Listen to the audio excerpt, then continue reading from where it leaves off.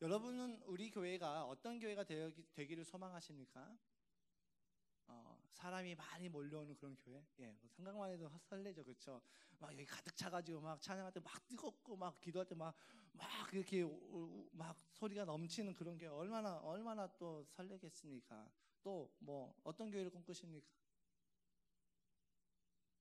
따뜻하고 사랑이 많은 교회. 대부분 뭐 이렇게 여쭤보면 이 두 가지를 이야기하는 것 같습니다. 사랑이 많고 예배가 뜨거운 교회, 뭐 따뜻하고 사랑이 가득한 교회. 얼마나 설렙니까? 그런 교회를 꿈꾸면은. 여러분이 바라는 우리 교회의 모습은 무엇입니까? 저도 백악교회에 처음으로 담임이 결정되어지고 오기 전에 이 질문을 저에게 스스로 던져보고 하나님께 기도했습니다. 기도할 때 하나님께서 저에게 두 가지 마음을 주셨는데 무엇이었냐면 다음 세대를 세우고 가정을 세우는 교회가 되었으면 하는 마음이 제 안에 들었습니다. 그리고 제가 이제 사역을 시작하면 굉장히 빨리 부흥이 될 줄 알았습니다. 막 매주 사람이 등록하고 몰려오고 막 으쌰으쌰하는 그런 교회를 꿈꾸며 핑크빛 꿈을 꾸며 사역을 시작했습니다. 왜냐하면 제가 사역을 하기 앞서 어떤 교회를 봤냐면 가정교회를 봤잖아요. 가정교회를 보고 가정교회를 공부하고 한 가지 깨달음이 있었는데 그것이 뭐였냐면 교회는 내가 원하는 교회가 아니라 목회자가 원하는 교회가 아니라 하나님이 원하시는 교회를 세워야 되겠구나 라고 생각을 하면서 나는 이제 하나님께서 원하시는 교회를 세울 거야 라는 그 마음을 갖고 사역을 시작했습니다. 그러니까 기대가 컸겠죠. 내가 원하는 교회를 하다가 안 되면은 그래 내가 욕심이 과했나 보다 라고 생각을 할 건데 하나님이 원하시는 교회를 하니까 얼마나 기대가 됐겠어요. 하나님께서 매주 사람을 보내주시겠지, 매주 일꾼들을 보내주시겠지, 매주 영혼들을 보내주시겠지, 그런 마음으로 사역을 했기 때문에 저는 엄청난 기대감을 가지고 사역을 했습니다. 그런데 현실은 정말 다르더라고요. 예, 현실은 진짜 다르더라고요. 하나님이 원하시는 교회를 하게 되어지면 바로 성장할 줄 알았는데 그렇지 않았습니다. 정말 때로는 성장은 하고 있는 거 맞나? 라는 생각이 들 정도로 업앤다운이 계속 이어지는 그런 상황들을 보게 되어졌죠. 무엇이 잘못됐는가? 어디서부터 잘못된 것이? 가정교회가 잘못된 건가? 라는 온갖 생각들이 저를 짓누를 때 비로소 제가 깨달은 것이 있습니다. 그것이 뭐였냐면 나는 지금까지 하나님이 원하시는 교회가 아니라 내가 원하는 교회를 세우고 있었구나 라는 것을 깨달았습니다. 그냥 말로는 누구를 만나면은 하나님이 원하시는 교회를 하고 싶습니다. 교회 홈페이지도 저는 하나님이 원하시는 교회를 하고 싶습니다 라고 이렇게 늘 표현하고 늘 이야기했고 늘 그렇게 생각을 해왔지만 하나님께서는 속지 않으시더라고요. 왜냐하면 이렇게 저의 방향과 하나님의 방향이 뒤틀려져 있으니까, 본질이 뒤틀려 있으니까 저는 지쳐갖고 무기력해졌겠죠. 왜냐하면 내가 교회 사역을 왜 하는지에 대한 이유가 불분명해졌기 때문이죠. 그러니까 이것을 하는 이유가 정말 하나님을 위해서인지 아니면 나를 위해서인지 이 이유가 불분명해지기 때문에 저는 지치고 무기력해집니다. 겉으로는 하나님이라고는 이야기를 하지만 속으로는 내가 가득했고 내가 인정받고 내가 내 만족을 위해서 하는 그런 사역이 되었기 때문에 그 사역의 이유가 불분명해지기 시작했죠. 여러분들도 그런 경험이 있지 않습니까? 하나님을 위해서 합니다. 하나님을 위해서 헌신합니다. 하나님을 위해서라고는 이야기를 하지만 점점 힘이 빠지고 무기력해진 적은 없으십니까? 물론 우리가 사역이 너무 많아서 영적으로 탈진되는 것도 있겠지만 어쩌면 그때는 나와 하나님과의 방향이 뒤틀려져 있기 때문에 나타나는 현상일지 모른다는 거죠. 내가 하나님의 일을 위해서 하나님의 일을 열심히 하는데 내 안에 점점 무기력해지고 지쳐가는 것. 제가 김성교 선교사님 설교를 요즘 많이 듣는데 선교사님이 이렇게 때론 정말 귀한 사역을 하다가 아버지에게 전화를 했어요. 아버지가 유명하시죠, 김용희 선교사님. 복음으로 정말 최고잖아요. 그래서 아버지에게 전화해서 아버지 제가 좀 지치는데 이렇게 지칠 때 아버지 어떻게 하셨어요? 라고 질문하니까 김용희 선교사님 대답이 너무나도 재밌었습니다. 뭐였냐면 그래? 나는 그런 경험을 해본 적이 없어서 하나님을 일하면 영광이지 내가 왜 지치지? 이렇게 마치 서울대생이 공부 못하는 사람들한테 가서 왜 그 공부 제일 쉬운 거 아니에요? 라고 말하는 것처럼 김용희 선교사님의 이야기를 듣다 보니까 본인이 내가 죄인이구나 라는 것을 깨닫고 회개하고 돌이켰다는 그런 이야기를 하는데 순간 제 마음 가운데 그것이 확 꽂히더라고요. 내가 지치고 내가 무기력해진 것은 어쩌면 내가 정말 많은 사역을 감당해서가 아니라 나와 하나님과의 방향이 뒤틀려져 있어서 이렇게 무기력해지고 지치고 있었던 것은 아닌가라는 그런 생각이 들더라고요. 분명한 것은 무엇이냐면 나와 하나님과의 방향이 뒤틀려져 있으면 우리의 사역에는 힘이 없고 우리의 사역에는 생명력이 없다는 것이죠. 하나님과의 방향이 뒤틀려져 있는 사역은 생명을 살릴 수가 없습니다. 하나님과의 방향이 뒤틀려져 있는 그 마음은 생명을 살릴 수 없고 또 힘이 없고 지쳐간다는 거죠. 내가 교회를 왜 다니는가? 나는 왜 교회에서 사역을 하고 있는가? 여기에 대한 분명한 목적과 이유가 있어야지 생명력이 생기고, 여기에 대한 분명한 목적과 이유가 있어야지 힘이 빠지지 않고 지치지 않고 끝까지 그 일들을 감당할 수 있다는 거죠. 의사이자 철학자였던 빅터 프랭클은 이런 말을 했습니다. 한번 띄워주시기 바랍니다. 어떤 말을 했냐면, 존재의 이유를 아는 사람은 어떤 고난도 견딜 수 있다. 멋진 말 아닙니까? 저는 이 말을 딱 듣는데 맞아, 존재의 이유를 알아야 돼. 내가 왜 존재하는지 그 이유를 알아야지 라는 그런 생각이 들었습니다. 여러분, 무슨 말입니까? 존재의 목적이 분명하기만 하면은 방향은 절대 흔들리지 않는다는 것이죠. 존재의 목적만 분명하면 아무리 어렵고 아무리 큰 환난과 고난이 우리에게 온다 할지라도 중심이 딱 붙잡혀 있기 때문에 흔들리지 않는다는 것이죠. 교회도 마찬가지입니다. 교회가 어려운 시간을 보내고 힘든 그 상황을 지날 때 교회의 존재 목적이 분명하다면 결국 교회는 그 시간을 이겨낼 것이고, 결국 교회는 그 시간을 이겨내고 온전하게 일어서는 놀라운 하나님의 역사가 그 교회 가운데 일어나게 된다는 것이죠. 동의하십니까? 정말 동의하십니까? 예. 예, 그러면 아멘 좀 하세요. 예, 저 혼자 말하고 있는 것 같잖아요. 예. 다시 한번 말씀드립니다.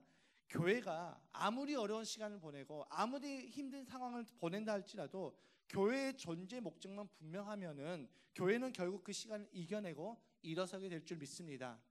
아멘이시죠? 그렇기 때문에 존재의 목적을 아는 것이 굉장히 우리에게 중요하다는 것이죠.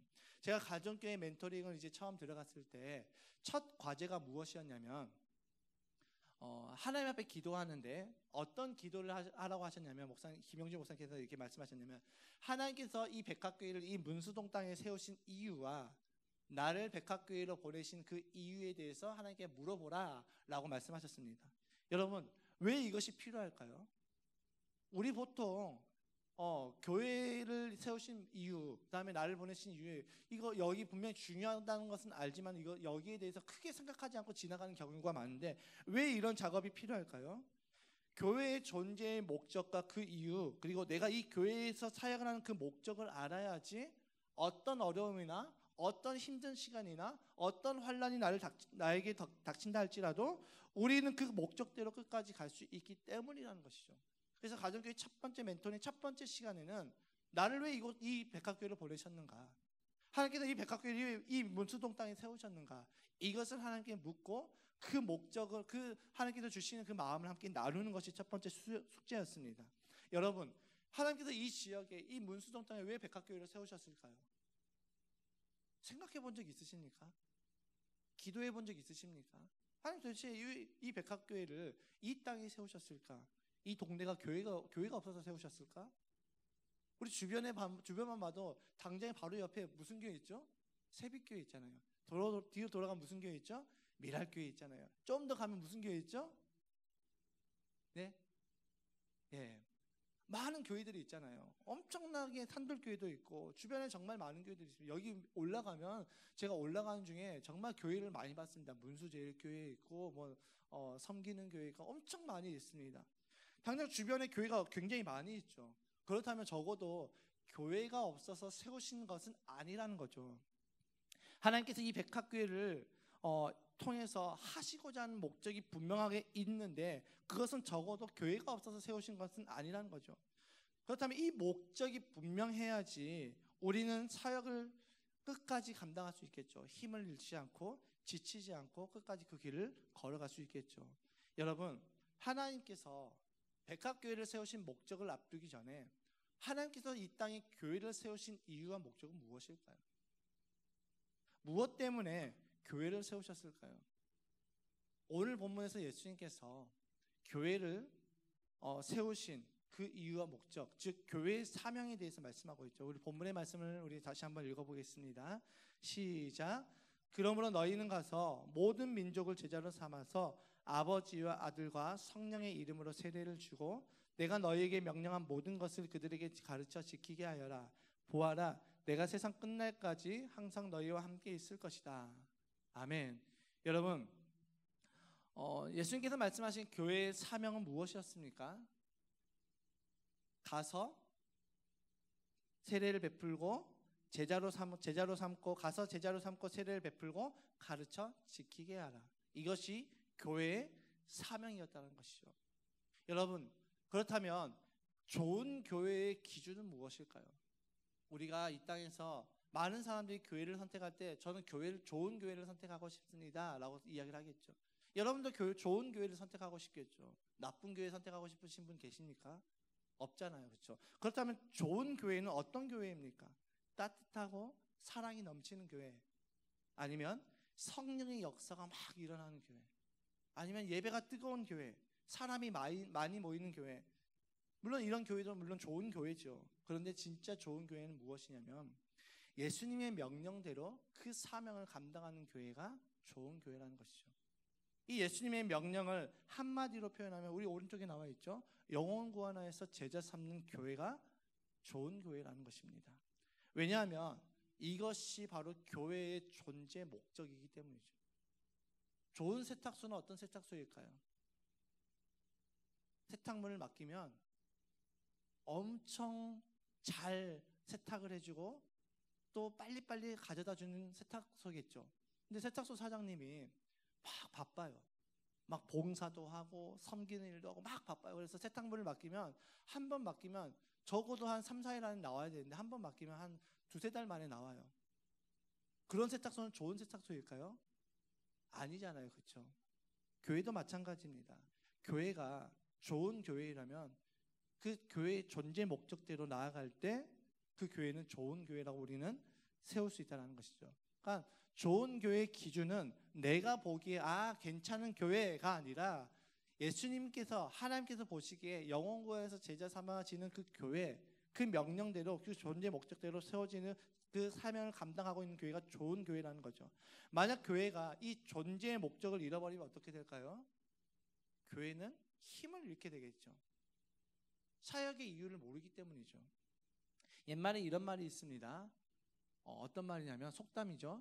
사공이 많으면 배가 어디로 간다고요? 산으로 간다. 사공이 많으면 배가 산으로 간대요. 무슨 말이죠? 배가 나아가는 방향은 분명한데 사공들이 많아요. 이쪽으로 가야 된다, 저쪽으로 가야 된다. 그러다 보면 어떻게 돼요? 결국 목적지대로 못 간다는 거죠. 배가 엉뚱한 곳으로 간다는 말이죠. 교회도 마찬가지입니다. 교회가 나아가야 될 그 방향과 사명은 영혼 구원에서 제자 삼는 것인데 자꾸만 내가 생각하는 교회의 모습을 생각하면서 교회를 자꾸 바라보는 거예요. 교회는 이래야지, 교회는 저래야지, 이렇게 재단하고 이렇게 교회를 대하기 시작하면 결국 교회는 교회의 본질을 잃어버리고 주저앉게 된다는 것입니다. 그래서 내가 생각하는 교회가 아니라 하나님께서 생각하시는 교회의 모습을 우리는 꿈꾸며 그 사역을 감당해 나가야 된다는 것이죠. 그렇기 때문에 교회의 존재 목적을 분명하게 잡아주는 것, 분명하게 하는 것, 그것은 너무나도 중요한 작업이라는 것이죠. 이런 관점에서 하나님께서 이 교회를 세우신 목적은 무엇일까요? 예배, 성령의 역사, 구원, 이것은 본질적인 존재 목적이 아니죠. 진짜 교회의 존재 목적은 영혼 구원에서 제자 삼는 것입니다. 우리 백합교회도 마찬가지죠. 이 땅에 수많은 교회가 있습니다. 그 수많았던 교회 가운데 하나님께서 이 땅 가운데 교회를 세우신 이유는 이곳에서 영혼 구원에서 제자 삼는 그 사명을 감당하라고 우리에게 그 사명을 주시면서 우리 교회를 세우셨다는 것이죠. 이 진짜 목적이 세워져야지 뜨거운 예배가 되어지고 성령의 역사가 나타나고 구원의 감격과 같은 그런 열매들이 나타난다는 것입니다. 교회의 존재 목적은 뒤로 한 채 예배가 뜨거워야 돼, 기도를 많이 해야 돼, 성령의 역사가 나타나야 돼, 구원의 감격을 맛봐야 돼, 이런 것만 추구하고 있으면 그런 것만 추구하면서 교회의 본질을 우리가 멀리한다면 결국 그 열매는 나타나지 않는다는 것이죠. 반대로 교회가 정말 예수님께서 세우신 그 목적대로, 그 존재 목적대로 나아간다면 뜨거운 예배, 성령의 역사, 구원의 관계 같은 열매들이 나타난다는 것이죠. 그렇다면 우리가 오늘 이 시간 교회의 존재 목적이 영혼구원에서 제자 삼는 것이라고 했는데, 이것을 알았다면 우리는 이제 어떻게 해야 될까요? 교회 존재 목적, 오케이, 영혼구원에서 제자 삼는 거 알겠어. 그럼 우리는 어떻게 해야 되는가? 라고 그 질문 던졌을 때 우리는 어떻게 해야 될까요? 알았으면 우리는 순종하는 것입니다. 예수님께서 오늘 우리에게 명령하신 것이 무엇입니까? 오늘 저와 여러분들에게 명령하셨던 것이 무엇이죠? 오늘 본문에 가라라고 말씀하고 있죠. 너희는 가라. 어디로 가라는 것입니까? 세상으로 가라는 것이죠. 우리는 이 명령을 따라가야 됩니다. 왜냐하면 지금 이 시대 교회는 어떻습니까? 기다리는 포지션이 아닙니다. 기다리면 아무도 오지 않죠. 우리가 먼저 가야 됩니다. 가야지만 우리는 VIP를 만날 수 있고, 가야지만 우리는 비신자를 만날 수 있습니다. 여러분, 옛날에는 교회가 건물만 세워놓고 십자가만 딱 달아놓으면 수많은 사람들이 구름대처럼 몰려 들어왔다고 해요. 저는 그 시대를 살아보지 않아서 잘 모르겠는데 그런 시대가 있었다고 합니다. 근데 지금은 어떻습니까? 지금은 비신자가 길을 걷다가 갑자기 마음이 무너져서 교회를 찾는 경우는 정말 어쩌다 한 번 있을까 말까 하는 그런 확률이라는 것이죠. 그런 사람들이 거의 없습니다. 그런데 교회는 어떻습니까? 교회는 나가지 않는다는 것이죠. 가지 않습니다. 기도만 하고 있습니다. 여러분, 기도만 한다고 영혼들이 옵니까? 오지 않습니다. 기도했으면 어떻게 해야 됩니까? 움직여야죠. 내가 기도했으면 그 주님께서 주신 마음 따라서 순종하며 나가야 되는 것입니다. 기도하면 나가야 되는 것입니다. 교회 안에서 은혜 받고 교회 밖인 세상으로 나아가는 것, 그것이 우리의 삶의 모습이어야 된다는 것이죠. 나가서 우리는 VIP를 만나야 됩니다. 그래야지 구원의 역사가 나타나겠죠. 기도만 해요. 사람들을 만나지 않아요. 기도 열심히 해요. VIP를 만나지 않아요. 기도 열심히 해요. 비신자들을 만나지 않아요. 구원의 역사가 일어날 수 없다는 것이죠. 우리가 기도하고 교회에서 은혜 받고 기도하고 교회 밖인 세상으로 나가는 것, 이것이 주의 일이고 이것이 사역이라는 것입니다. 여러분, 주의 일은 교회 안에서만 하는 것이 아니죠. 주의 일은 예배 열심히 드리고 기도 열심히 하는 것, 이것이 주의 일이 아닙니다. 이것은 준비하는 과정이죠. 이것은 주의 일을 하기 위한 준비라는 것입니다. 오늘 우리가 이곳에 나와서 예배를 드리고 있습니다. 이것은 주의 일을 하는 것이 아니라 이것은 우리가 주의 일을 감당하기 위해서 준비하는 것이죠. 진짜 주의 일은 무엇이냐면 준비하여서 세상으로 밖으로 나아가는 것, 그것이 진짜 주의 일이라는 것입니다. 그런데 문제는 무엇입니까? 기도는 열심히 해요. 예배는 열심히 드려요. 그런데 삶의 현장에서 비신자를 만나지 않는다는 것이죠. 우리끼리만 열심히 교제합니다. 성도의 교제, 너무나도 중요합니다. 성도가 교제하는 건 너무나도 중요하죠. 우리가 사도신경에서도 고백하지 않습니까? 거룩한 교회와 성도의 교제, 이렇게 고백하고 있지 않습니까? 이 성도의 교제 너무나도 중요한데, 그런데 우리끼리만 열심히 교제하고 우리끼리만 열심히 영적인 대화를 하면 영혼 구원의 역사는 우리 교회 가운데 일어나지 않는다는 것이죠. 그리고 이것은 하나님께서 원하시는 성도의 삶의 모습이 아니라는 것입니다. 여러분, 예수님께서 부활하시고 나서 제자들을 찾아가셨습니다. 찾아가시고 그때 베드로가 예수님 앞에 나오죠. 그때 예수님께서 제자 베드로에게 묻습니다. 너 나 사랑하냐? 그 질문에 베드로가 어떻게 대답합니까? 내가 주님을 사랑하는지 주님이 아시잖아요. 내가 주님 어떤 마음을 쫓아다니는지 주님 아시잖아요. 오병이어 기적 이후에 수많은 사람들이 몰려들었다가 다 떠나갔을 때 예수님께서 저희에게 물었잖아요. 너희도 가려느냐? 그때 제가 어떻게 대답했는지 주님도 아시잖아요. 주여, 영생의 말씀이 주님께 있사오니 우리가 어디로 가겠습니까? 그 대답 주님께서 들으셨잖아요. 주님 아시잖아요. 그때 예수님께서 제자 베드로에게 사명을 주시죠. 내 양을 치라, 내 양을 먹이라, 내 양을 치라. 그러고 나서 예수님께서 승천하시기 직전에 예수님의 그 승천을 받아보는 그 120명의 성도들에게 이야기합니다. 너희는 예루살렘을 떠나지 말고 기다리라. 내가 약속한 그분이 올 때까지 기다려라. 그리고 나서 사도행전 2장 8절의 말씀에 뭐라고 말씀하십니까? 내가 성령을 받고 권능이 너에게 임하면 너희는 예루살렘과 온 유대와 사마리아와 땅끝까지 이르러 내 증인이 될 것이라고 말씀하셨습니다. 성령을 받고 권능을 받았다는 것은 방방 뛰고 어떤 역사가 일어나고 기적이 일어나고 은사가 나타나는 것, 그것만을 말하는 것이 아니라 진짜 성령의 역사, 성령의 권능이 우리에게 임하면 우리는 어떻습니까? 우리는 세상으로 나가서 예수의 증인으로 살아가는 것이 성령의 사람이고 성령 받은 사람의 능력이라는 것이죠. 예수님께서 우리에게 이것을 말씀하셨습니다. 이 사명을 감당하는 것이 하나님께서 우리에게 원하시는 삶의 모습이라는 것이죠.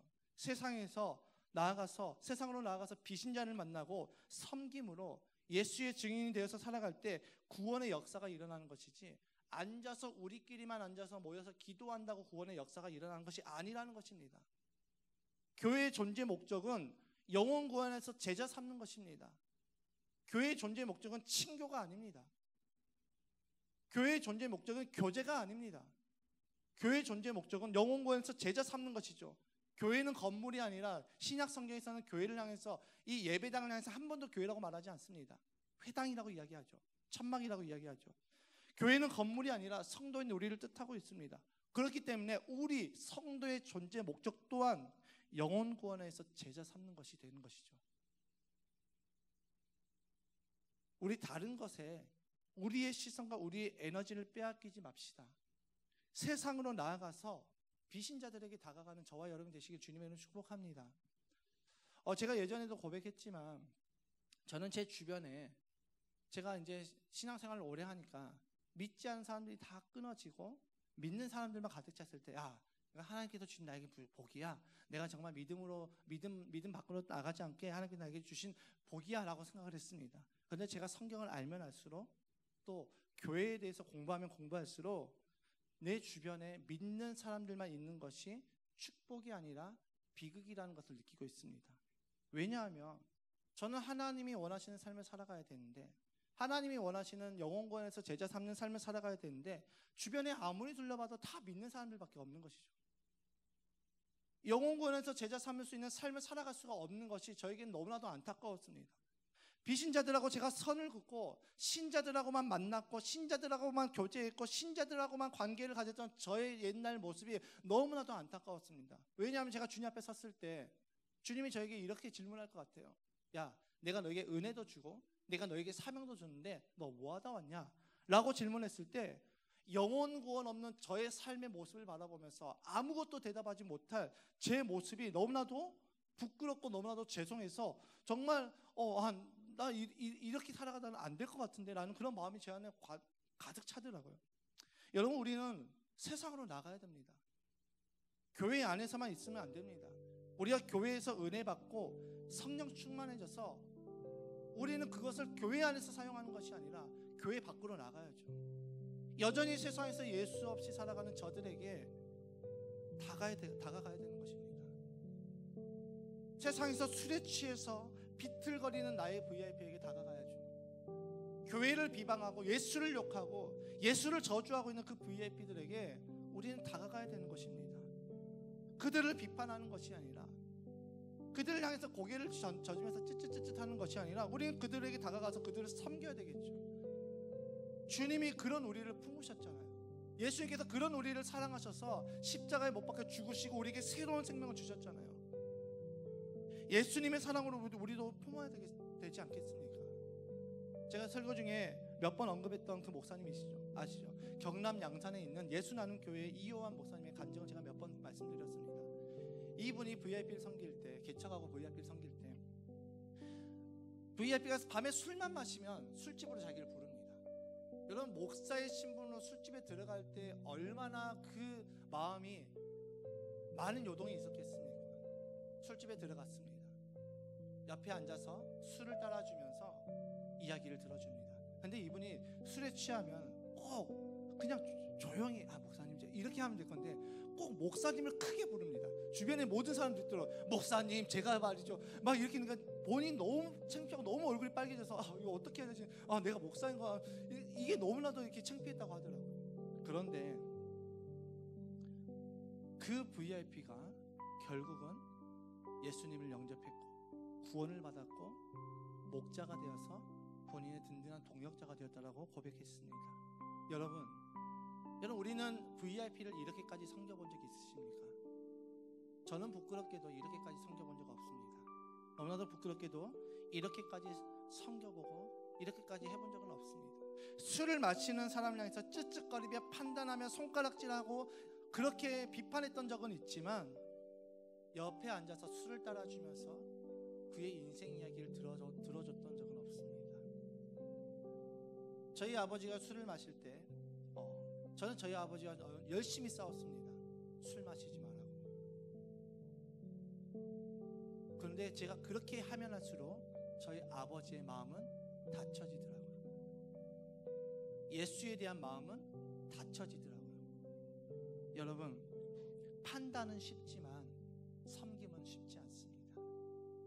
비판은 빠릅니다. 근데 섬김은 늦습니다. 그래서 우리는 늘 판단하고 늘 비판하고 있지 않습니까? 술 취한 사람들 향해서 판단하고 비판하고 있지 않습니까? 예수를 믿지 않는 사람들 향해서 판단하고 비판하고 있는 우리의 모습, 그런 모습들이 우리 안에 있지 않습니까? 그런 우리를 향해서 예수님 오늘 우리에게 말씀하십니다. 야, 가. 너희는 세상으로 가라. 그리고 모든 민족을 제자로 삼아 그들에게 가르쳐 지키게 해. 세례를 베풀어 라고 말씀하시죠. 사랑하는 성도 여러분, 우리 한번 예수님의 말씀대로 한번 가봤으면 좋겠습니다. 우리 이 길 끝까지 한번 가봤으면 좋겠습니다. 여러분, 포기하지 말고 우리 이 길 끝까지 함께 가봅시다. 왜냐하면 주님께서 우리에게 뭐라고 말씀하셨습니까? 내가 세상 끝날까지 너희와 함께 있을 거라고 말씀하셨습니다. 주님이 우리와 함께 하시는데 무엇이 두렵습니까?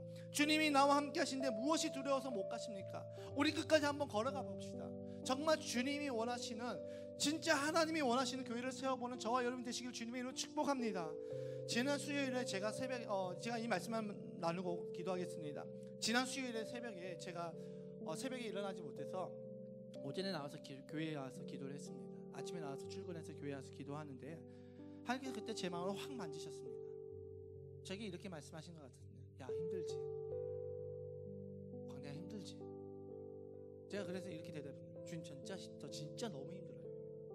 저 진짜 너무 힘들어요, 하나님.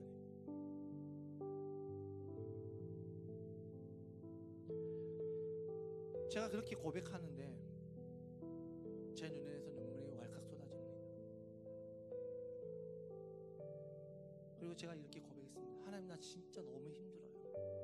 그런데 하나님, 대단한 열매가 아닐지라도, 세상의 기준으로 봐서 별 볼 일 없는 열매만 맺혀질지라도 주님, 진짜 힘들지만 저 이 길 끝까지 걸어갈게요. 나 진짜 지치고 너무나도 힘들고 너무나도 포기하고 싶은 마음이 수없이 들었지만 주님 가라고 하시니까 저 이 길 끝까지 걸어갈게요. 나 너무 힘들어요. 그런데 주님께서 가라고 해서 저 이 길 끝까지 걸어갈게요. 주님, 저 진짜 세상에서는 쪽팔려도 하나님 앞에서는 쪽팔리고 싶지 않아요. 세상에서는 정말 쪽팔리게 산다 할지라도 내가 하나님 앞에 섰을 때 쪽팔려서 죄송합니다라고 말하고 싶지 않아요. 그래서 저 이 길 끝까지 걸어갈게요. 이렇게 고백했습니다. 사랑하는 성도 여러분, 우리 끝까지 포기하지 말고 걸어가 봅시다. 우리 지금 4년 달려왔잖아요. 4년째 달려가고 있잖아요. 아직까지 뭐 보이는 거 없잖아요. 아직까지 뭐 바뀌어지는 거 없는 것 같잖아요. 그래도 한번 가봅시다. 힘들어도 지쳐도 한번 가봅시다. 세상이 우리에게 이렇게 이야기할 것입니다. 야, 너희들 꼭 그렇게까지 해야 돼? 그때 이렇게 묻거든 우리 이렇게 대답합시다. 이 삶이 주님이 원하시는 삶이라서 나는 이 길 끝까지 걸어가는 거야. 왜냐면 나 죽은 존재거든. 나 지옥 갈 존재였거든. 이런 삶이 우리 쪽팔릴 수 있습니다. 이런 삶이 부끄러울 수 있습니다. 세상 사람들의 부유성을 살 수 있습니다. 우리 세상에, 그래도 우리 세상에서 쪽팔릴지라도 정말 우리 하나님 앞에 섰을 때 쪽팔리지 맙시다. 우리 어떻게 얻은 생명입니까? 어떻게 구원받은 생명입니까? 우리 어떻게 이 자리에 앉아서 지금 예배 드릴 수 있습니까? 예수님 때문 아닙니까? 예수님이 우리를 위해서 십자가에 못 박혀 죽으시고 부활하신 그 구원의 사역 때문에 우리 이 자리에 앉아서 예배 드리고 있잖아요. 그렇다면 우리 예수의 피값으로 살았기 때문에 우리 주님 앞에 담대하게 나갑시다. 당당하게 나아갑시다. 교회의 존재 목적대로 나아가서 정말 우리의 존재 목적대로 나아가서 영혼권에서 제자 삼는 그 삶을 살아감으로 말미암아 주님 앞에 섰을 때, 사랑하는 내 아들아, 사랑하는 내 딸아, 수고했다, 사랑한다, 이렇게 대답 듣는 이런 말씀을 듣는 저와 여러분 되시길 주님을 축복합니다.